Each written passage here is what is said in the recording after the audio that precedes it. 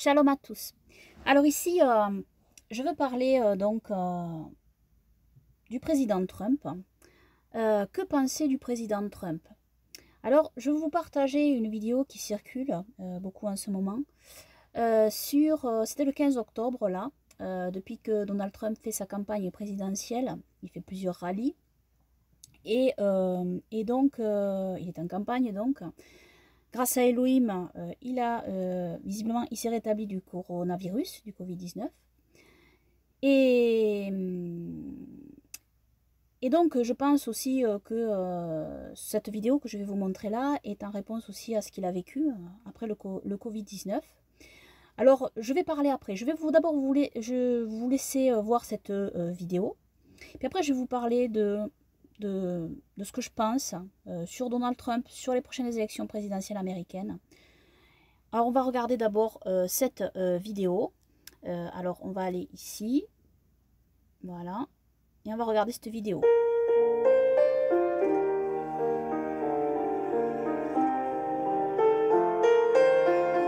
Masks, no masks, everything, you can do all you want, but you know, you still need help from the boss. We need help from the boss. That's what happened. We need help.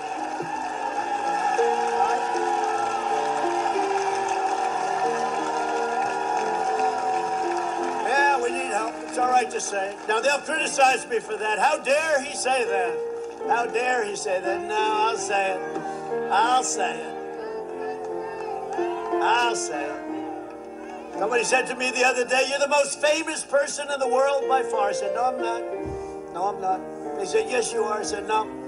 They said, "Who's more famous?" I said, "Jesus Christ."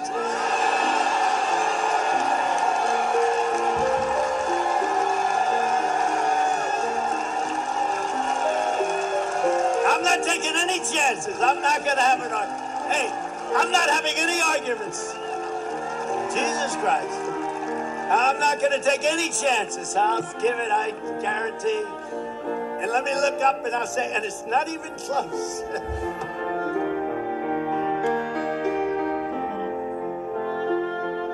Donc je dis amen à cette prière. C'est une vidéo que j'ai prise qui a été faite par quelqu'un d'autre.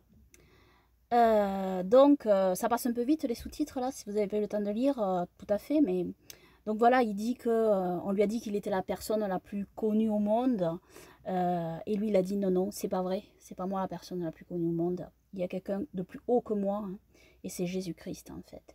Et au début de la vidéo, il a dit on a toujours besoin en fait de l'aide du grand patron, c'est-à-dire de Dieu, hein. Et donc il a dit non, moi je suis pas le plus connu, je suis pas le plus important en fait, en réalité, hein. C'est ça qui est derrière, qui est sous-jacent. C'est Jésus-Christ. Et j'ai aucune chance de rivaliser avec lui en fait. Il est bien plus grand. Il a levé les yeux au ciel. Et il a dit qu'il était, il était tellement haut par rapport à lui en fait. C'est ça que ça veut dire dans la pensée en anglais. Donc voilà. Donc ici, Donald Trump en fait, il s'humilie devant Yahushua, devant Jésus-Christ. Alors, vous pourrez dire, oui, mais bon, il sait qu'il baisse dans les sondages et qu'il faut qu'il récupère les voix des chrétiens évangéliques. C'est vrai qu'il va récupérer des voix chrétiens évangéliques. Mais Donald Trump, bien savoir que, depuis le début, j'ai remarqué quelque chose chez cet homme. C'est que je connais quand même les États-Unis d'Amérique et j'ai suivi des élections présidentielles différentes. Et cet homme, il est complètement atypique au niveau politique. Atypique. C'est-à-dire que normalement, il n'aurait jamais dû être président des États-Unis. C'est un homme d'affaires, il n'est pas du tout dans le milieu politique, en réalité, et les politiques ne l'aiment absolument pas parce qu'il ne fait pas partie de leur milieu. Et en cela, il les gêne énormément, hein, en réalité. En fait, il fait quoi? Il se rabaisse. Et ça, je tiens à le mettre en avant.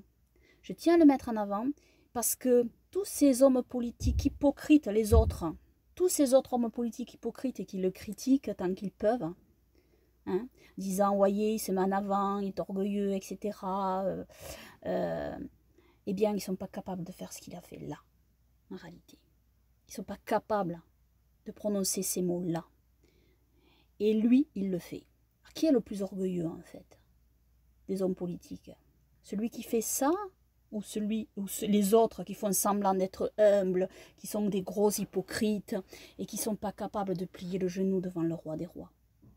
Ben, c'est les autres en fait, qui sont vraiment très orgueilleux finalement. Et lui, il n'a pas cet orgueil-là de s'élever au-dessus, il en parle et il s'humilie publiquement. Alors, on pourrait dire, oui, mais c'est pour gagner des voix, comme je l'ai dit. Eh bien, je ne le crois pas, en fait.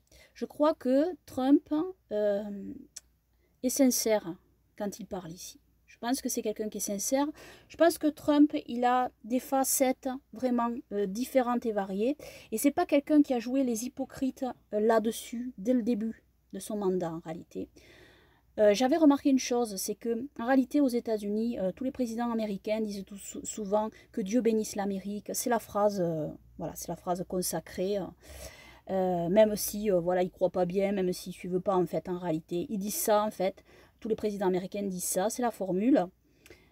Et lui, j'avais remarqué, au début, ça m'avait heurté, je me disais, mais tiens, c'est bizarre pour quelqu'un voilà, qui se présente et il dit pas cette phrase. Parce qu'en fait, en réalité, je crois que pas qu'il joue avec ça en fait. Voilà, c'est une de ses qualités. Il est moins hypocrite que les autres. Et bon, jamais été élu en France d'ailleurs, hein, de toute manière, c'est l'Amérique. Et comme j'ai dit dans mon autre vidéo sur ma précédente vidéo sur la France laïque des ténèbres liberticides, j'ai comparé l'Amérique, les États-Unis et la France. C'est deux pays totalement différents qui n'ont pas été bâtis sur les mêmes valeurs du tout en réalité. Hein. La France d'après-révolution et la révolution américaine, ça n'a aucun rapport. Hein. L'Amérique a été bâtie sur des fondements bibliques. Donc ça reste encore prégnant aux États-Unis hein, quand même, ça reste prégnant, bien que bien sûr beaucoup de chrétiens ne sont pas encore revenus à la Sainte Torah. Il y a quand même un puritanisme aux États-Unis très prégnant quand même dans la société américaine, malgré que ceci soit attaqué par des forces obscures aux États-Unis, hein, notamment dans le Parti démocrate, il faut le dire, hein, c'est-à-dire c'est un parti complètement corrompu, hein, c'est vrai, et ils ne veulent pas du tout de Trump parce qu'en réalité il les gêne, parce que Trump en fait est capable de faire certaines choses qui les dérangent véritablement en réalité. Hein. Alors Trump, comme j'ai dit, bien sûr, je me suis moi-même, je pense pas en fait... En fait, c'est pas un chrétien déguisé, Donald Trump. En fait. Je pense qu'il est capable de changer d'avis, et ça c'est une qualité, et de le dire, de le proclamer en réalité, à la face du monde. Parce qu'il dit une chose, il dit, on m'a dit de ne pas dire ça, on m'a dit de ne pas le dire, mais je continuerai à le dire quand même, en fait. Parce que oui, même aux États-Unis, en fait, quand des présidents américains témoignent de leur foi, s'ils témoignent, ils ne le font pas dans des meetings comme ça. Et souvent, ils ménagent toutes les religions. Il ne faut pas dire ceci, il ne faut pas dire cela pour ménager toutes les religions. C'est devenu un peu comme ça aux États-Unis quand même. Parce que God Bless America, c'est quand même assez vague et assez vaste. Et ça peut parler de toutes les religions. Alors comme ça, on regroupe toutes les croyances de foi. Mais quand on parle de Jésus-Christ, quand on parle de Yahushua, on cible particulièrement. Et ça, Donald Trump, il se distingue de tous les autres présidents américains, enfin des récents présidents américains, hein, disons, parce que les premiers, hein, les fondateurs, eux, ils disaient qu'ils étaient chrétiens, hein, Abraham Lincoln, etc. Ils parlaient de Jésus-Christ et de Yahushua. C'est après, bon, les présidents après, les plus récents, même quand ils parlaient de Dieu, quand ils parlent de Dieu, c'est toujours de manière vague et pour englober le plus, voilà. Et c'est peut-être pour ça que Donald Trump, il dit, on m'a dit de pas dire ça, on m'a dit de pas dire ça, on me dit de pas le dire et je continuerai à le dire. Il a parlé de Jésus-Christ, de Yahushua. Et ça, c'est extrêmement important parce que il n'est pas resté vague, en fait. Hein. Il a parlé de Yahushua. Et c'est vrai que c'est par Yahushua qu'il faut passer pour être sauvé. Hein. Il n'y a aucun autre moyen pour aller au Père que de passer par Yahushua. Amen. Et ça, il a témoigné de ça. C'est pour ça qu'on lui disait sûrement de ne pas le dire, etc. Il continuera à le dire. Alors, me dirait, oui, il y a une base évangélique, évidemment. Évidemment, ça va plaire à la base évangélique. Ça plaît aux croyants américains. Mais je ne crois pas que Trump le fait pour ça. En plus, il faut savoir que là, il a donné ce meeting, c'est après le Covid. Et je pense que c'est quand même lié à ça. C'est un homme âgé, quand même, Donald Trump. il doit penser à la mort, voilà, il doit penser à tout ça, hein, forcément. Et donc, il est entouré par des évangéliques aussi, hein, qui prient avec lui, qui prient pour lui. Alors bien sûr, malheureusement, il n'est pas revenu à la Torah, mais il faut prier pour lui, il faut prier pour qu'il se sanctifie, hein. Alors il n'est pas entouré par des Hebrew Roots, hein. Alors il y en a aux États-Unis, hein, mais c'est pas la majorité. La majorité, c'est le mouvement évangélique en Amérique, qui ont besoin de revenir à l'entièreté de la Sainte Torah. En fait, ils en suivent une partie, mais pas tout. Alors Donald Trump, il est entouré aussi par son milieu familial, son gendre, hein. Les juifs, juifs orthodoxes, son gendre. Et sa fille donc est mariée voilà, avec cet homme. Et donc je me rappelle une fois une anecdote, il avait essayé de l'appeler pour Shabbat. Et son gendre disait que donc non, pour Shabbat, il fallait pas qu'il l'appelle parce que c'était Shabbat et tout ça. Et que voilà, Trump donc ne pouvait pas l'appeler pour Shabbat. Je crois qu'il en avait parlé à un moment donné même, hein. Enfin, je sais plus. Enfin, il avait parlé du Shabbat à un moment donné, du samedi, Donald Trump. Il y a eu quelque chose comme ça. Mais bon, c'est dans le milieu rabbinique, c'est ça le problème en fait. C'est sans Yehoshua, hein. Donc, bien sûr, il faut que Donald Trump reste du côté de Yehoshua, hein, mette Yehoshua en avant. Et bien sûr qu'il se sanctifie, qu'il revienne en fait aux 5 commandements qu'a donné notre Seigneur et Sauveur Yehoshua. Alors, si Donald Trump est là, à la tête de l'Amérique, c'est par la volonté d'Elohim, hein, d'accord. Alors, moi personnellement, je ne crois pas que, quand je regarde la vidéo, en fait, que Donald Trump fasse ça de manière pour gagner des voix, dise ça pour gagner des voix, hein, en réalité. Je ne crois pas, je crois qu'il est sincère quand il parle. Ça se voit en fait dans sa gestuelle, ça se voit dans ce qui se dégage au moment où il parle en fait, en réalité. Ça se voit dans tout ça. Et il feint pas en fait, il feint pas, il fait pas semblant en réalité. Et ça fait plaisir à entendre quand même. Alors il l'a dit lui-même en fait, c'est un homme qui reconnaît en fait ses défauts. Il a dit qu'il n'était pas parfait, qu'il avait fait des choses mauvaises, il l'a reconnu. Elohim, quand il regarde un homme, il voit tout en fait de l'homme, ce qu'on ne voit pas nous en réalité, et il voit ce qu'il y a dans la totalité, la disposition du cœur en réalité, c'est ça, selon la connaissance que cet homme a en fait des choses. C'est ça que Dieu juge en fait, c'est ça qu'Elohim regarde véritablement. C'est comme ça aussi qu'on doit regarder les choses. Voilà, dans son ensemble en réalité. Je vais vous montrer donc cette autre vidéo aussi que je trouve intéressante. Parce que Donald Trump, il a fait énormément aussi dans ses nouvelles lois pour tout ce qui est milieu carcéral, hein. Et donc ça, on n'entend jamais parler dans les masses médias ce qu'il a fait en fait, quand même de positif. On va regarder ça et c'est un témoignage intéressant. Alors malheureusement, il parle de Noël, hein, de joyeux Noël, etc. Il est dans le milieu évangélique, il n'est pas revenu à la Sainte Torah, il n'a pas abandonné les choses, comme les chrétiens évangéliques en réalité, ils n'ont pas abandonné certaines choses. Mais on va regarder là, on va se concentrer surtout sur le témoignage en fait qu'il donne et qui est intéressant, hein, voilà. With us today is a living reminder of this truth. His name is John Ponder from Las Vegas, Nevada. Where's John? Come on up here, John. Get up here, John.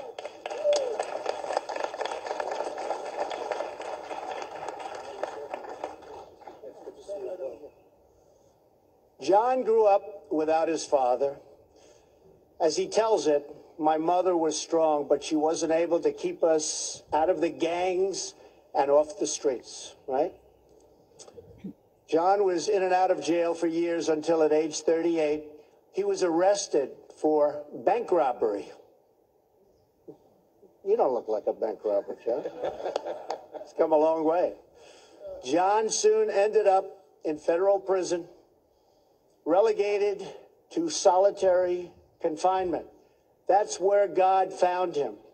John began to read the Bible and listen to Christian radio, right? Incredible. Incredible. One morning at 2 a.m., he woke up to the voice of the great Billy Graham.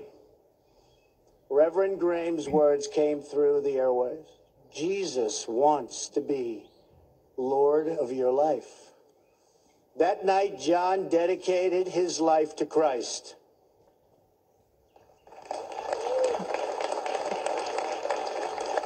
He spent the rest of his time in prison praying, studying the Bible, and bringing the Lord to his fellow inmates.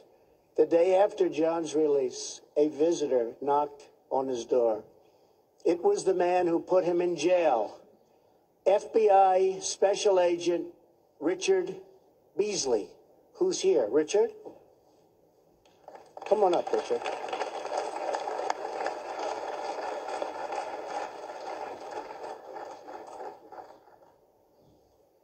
I want you to know that I've been praying for you very strongly. He said that. God called me to the FBI in part because of you, John. The two are now lifelong friends. John, do you like him? I love him. Oh, you love him? That's nice. That's beautiful. John runs a ministry that has helped more than 2,000 former inmates rejoin society, and he's the talk of the country. The job John does is incredible. John and Richard, you are a living testament to the power of prayer.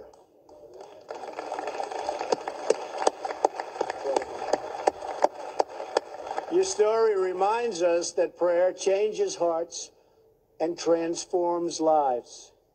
It uplifts the soul, inspires action, and unites us all as one nation under God. So important. And we say it here, you know, a lot of people, they don't say it.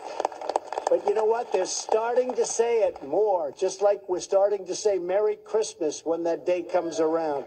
You notice the big difference between now and 2 or 3 years ago? It was going in the other direction rapidly, right? Now it's straight up. Our country was founded on prayer. Our communities are sustained by prayer. And our nation will be renewed by hard work, a lot of intelligence, and prayer. Today we gather to remember this truth. We thank God for the faith of our people. We praise God for the blessings of freedom. And we ask God to forever bless this magnificent land that we all love so much, America. Thank you. God bless you. And God bless the United States. Thank you, everybody. Thank you very much. Thank you, John.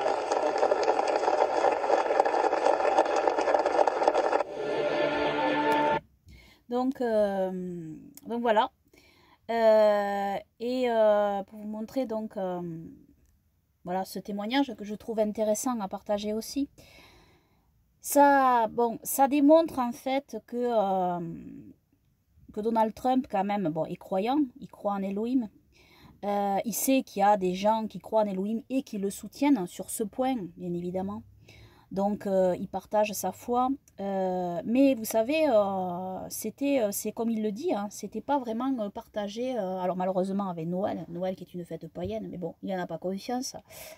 Nous aussi, avant, on célébrait Noël en croyant célébrer la naissance de Yahushua. En fait, pas du tout. C'est du paganisme, tout ça.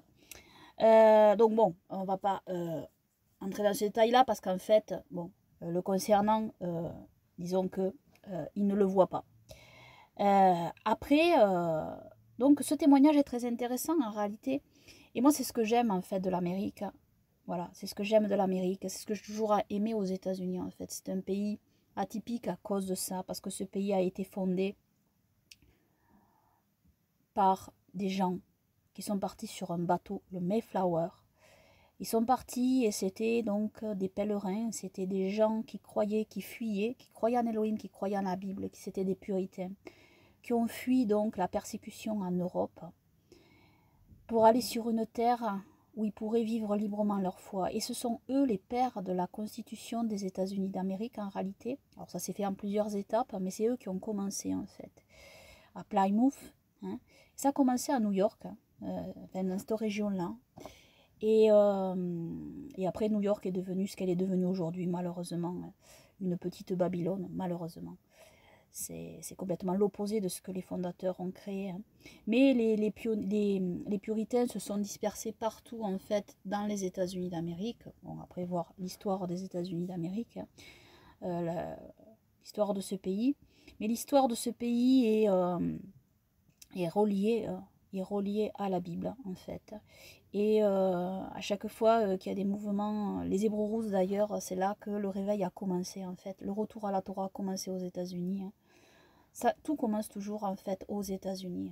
C'est un terreau, les États-Unis, favorable en fait. Pourquoi? Parce que c'est un terreau biblique. Hein. Et c'est pas rien. On parle du centre des États-Unis comme la ceinture biblique en réalité.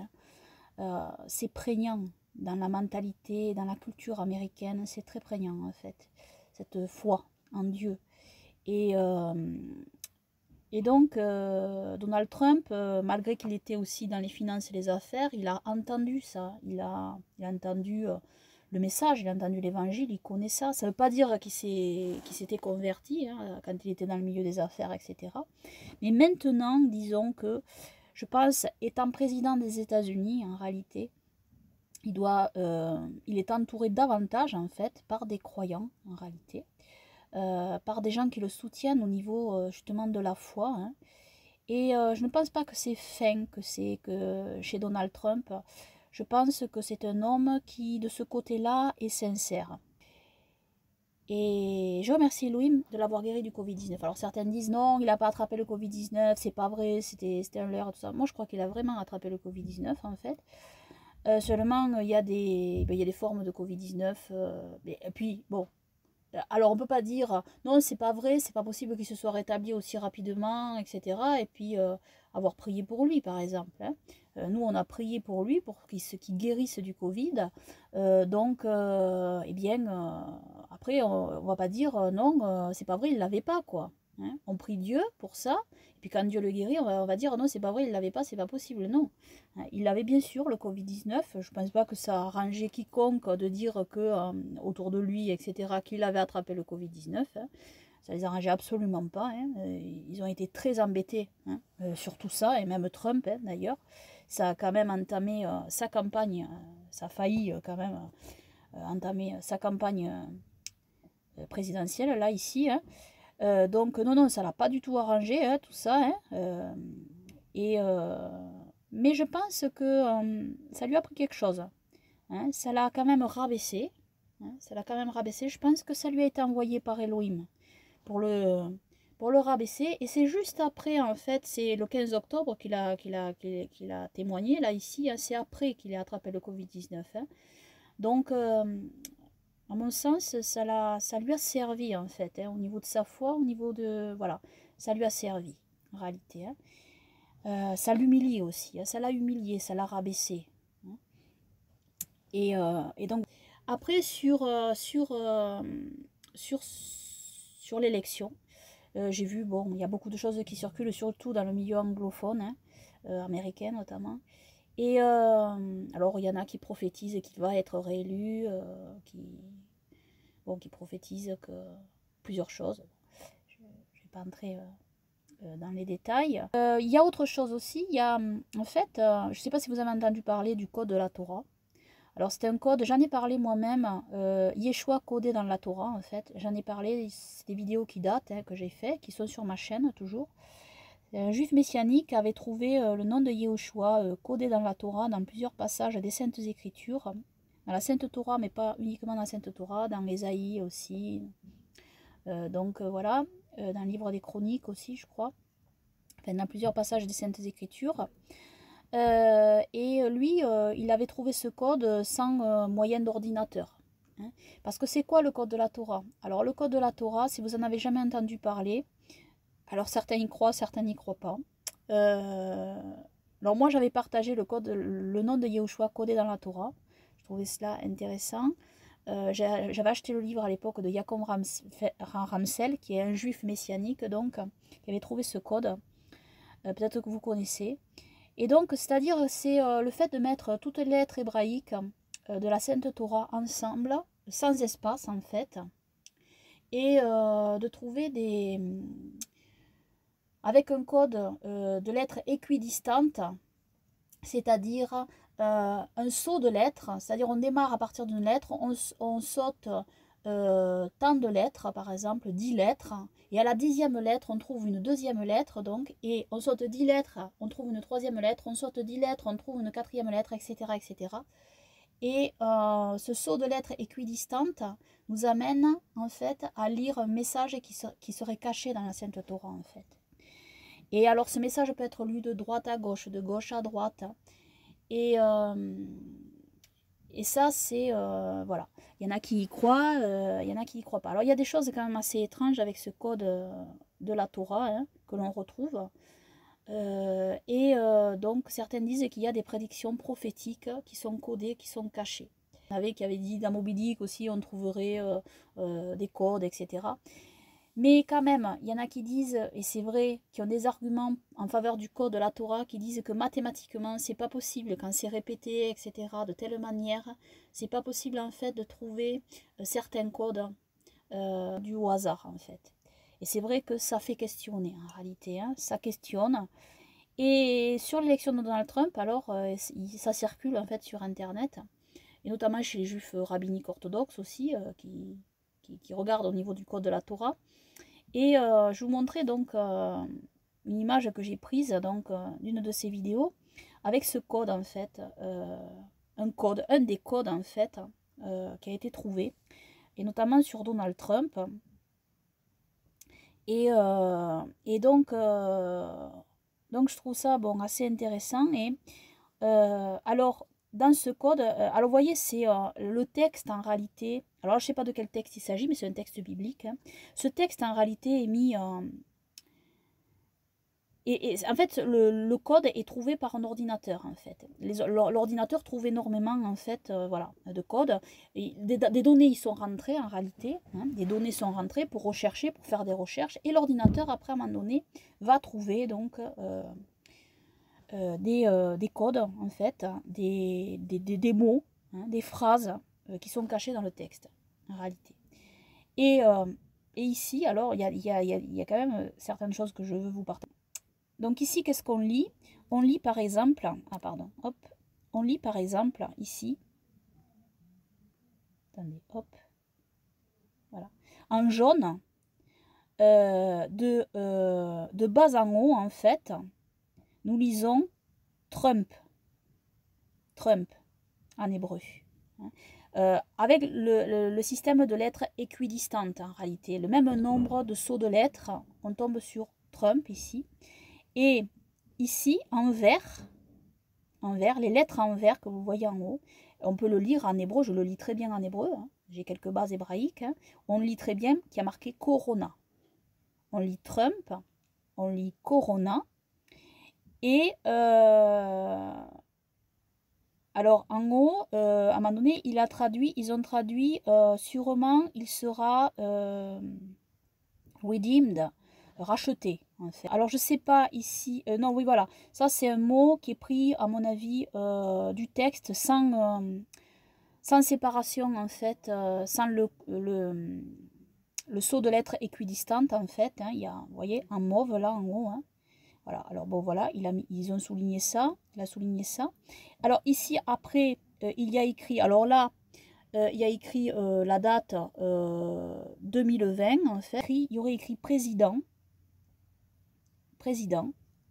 hein, et il y aurait écrit, avec le saut de lettres équidistantes apparemment, si je comprends bien, il y aurait écrit seconde fois. Will be elected, c'est-à-dire il sera élu, ici en vert, il est écrit, il sera élu, et puis il y a marqué seconde fois. Et ici il y a marqué Kouros, c'est-à-dire Cyrus. Cyrus, voir dans les Saintes Écritures qui était Cyrus, hein, c'est un roi de Perse donc, hein, qui a permis donc au peuple juif de reconstruire le second temple à Jérusalem. Hein. Donc c'est vrai que Donald Trump a reconnu Jérusalem comme capitale d'Israël. Savoir que cette Jérusalem-là, c'est une ville romaine en réalité, la vraie Jérusalem, elle est toujours détruite en réalité. Donc voilà. Bon après, c'est vrai qu'il a fait quand même ce qu'aucun autre président n'avait fait, hein, c'est-à-dire qu'il a reconnu Jérusalem comme capitale d'Israël. Rien que ça, c'est symbolique. Et rien que ça, quand même, on peut s'en réjouir, en réalité. Même si, bon, voilà, la Jérusalem actuelle, c'est pas la vraie Jérusalem, mais au niveau des mots, ça a un sens quand même. Hein. Ça prend un sens au niveau biblique. Hein. Alors ici, il y a plaie. Il y a écrit plaie ici. Hein. Alors ici, je trouve ça intéressant. Alors ici, voilà, bon, après ils ont relevé un autre code ici, sauvera. Et ici, il y a un code, hein, Mashiach, il y a écrit, le Messie. Et là, c'est notre Seigneur et Sauveur Yahushua. Hein. C'est notre Seigneur et Sauveur Yahushua. Et alors, il faut savoir que le terme Mashiach revient énormément codé dans toute la Sainte Torah. Hein. Il n'y a pas que là, hein. Il n'y a pas que concernant Donald Trump, etc. Hein, que quand il est question de Donald Trump, hein, Mashiach apparaît énormément. Et donc voilà. Et notre Seigneur et Sauveur Yahushua, le nom de notre Seigneur et Sauveur Yahushua apparaît aussi codé dans la Sainte Torah, dans la Genèse, etc. Hein, comme quoi c'est lui qui a tout créé justement. Hein, dans le code de la Sainte Torah qu'a trouvé Yaakov Ramsfeld. Hein. Yahushua est capable, hein, au moment de la création en fait. Et voilà le code qui est trouvé. Et puis ce n'est pas le seul. Hein. Il y a aussi mon nom et Yeshua, etc. qui est trouvé codé dans la Sainte Torah. Donc voilà, alors ici voilà, il y a écrit Mashiach. Et ici en bas, alors ça je trouvais ça très intéressant. Alors là, il n'y a pas de séparation, enfin il n'y a pas le code avec le sceau de lettres équidistantes. Mais on voit qu'il est écrit Moshe Elijah. Alors, je le vois écrit, hein, littéralement. Moshe Eliyahu. Hein. Moshe en rouge, là, en bas. Et Eliyahu en bleu. Et puis, en bas, en orange, jaune et rouge vif, il y a écrit Ephraïm. Et ici, en bas, en rouge, à côté, il y a marqué fils de Joseph. Ben Yosef. Alors, là, ici, il y a marqué Moshe Eliyahu. Alors ça m'a frappé quand même. C'est quelque chose qui m'a frappé parce que je crois que les deux prophètes en fait annoncés sont Moïse et Élie. C'est ce que j'ai dit moi dans ma compréhension en fait des Saintes Écritures sur les deux témoins annoncés dans le livre de l'Apocalypse. C'est étrange qu'on retrouve là ici Moshe et Eliyahu, hein, codé en fait. Et alors je sais pas ce que vous en pensez, c'est juste un partage ici que je vous ferai. Je dis pas que voilà l'interprétation peut-être on trouve aussi ce qu'on veut aussi. Donc voilà. Mais je voulais quand même vous partager ça pour que vous soyez informés, que vous soyez au courant avant les élections américaines en fait. Peut-être que voilà. Alors là, tous les sondages en fait disent que Biden a de l'avance sur Donald Trump. Pour ma part, ça veut strictement rien dire. Hein. Donald Trump peut gagner ces élections américaines si l'ONU lui permet de les gagner en réalité. Et donc voilà. Donc on verra bien. On verra bien et de toute manière, donc voilà, il faut prier pour Donald Trump, même pour les autres, il faut prier pour les autres aussi, hein, pour Biden et tout ça, pour qu'ils se repentent hein, et se tournent vers Elohim et qu'ils vivent hein, et qu'ils se sanctifient aussi. Donc voilà, ce que je voulais vous partager sur tout ça, sur Trump, quoi en penser. Donc voilà, en tous les cas, voilà, il a rendu gloire à Elohim et à notre Seigneur et Sauveur Yahushua.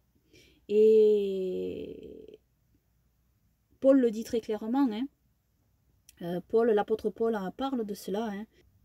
Philippiens, c'est dans Philippiens en fait, chapitre 1, verset 17 et au verset 18. Tandis que cela, animé d'un esprit de dispute, annonce Christ, Mashiach, par des motifs qui ne sont pas purs et avec la pensée de me susciter quelques tribulations dans mes liens, qu'importe. De toute manière, que ce soit pour l'apparence, que ce soit sincèrement, Mashiach n'est pas moins annoncé, je m'en réjouis et je m'en réjouirai encore, car je sais que cela tournera à mon salut grâce à vos prières, à l'assistance de l'Esprit de Yahushua Mashiach. Amen. Donc il dit, qu'importe, de toute manière, que ce soit pour l'apparence, que ce soit sincèrement, Machiar n'est pas moins annoncé, je m'en réjouis, et je m'en réjouirai encore. Amen. Et moi, quand j'entends Donald Trump mettre Yehoshua au-dessus de lui, je m'en réjouis. Et je m'en réjouirai encore. Amen. Et je pense, le concernant, que c'est quand même sincère. Voilà, c'est mon opinion. Que toute la gloire, les honneurs, les louanges, l'adoration et les remerciements reviennent seulement à Yahweh.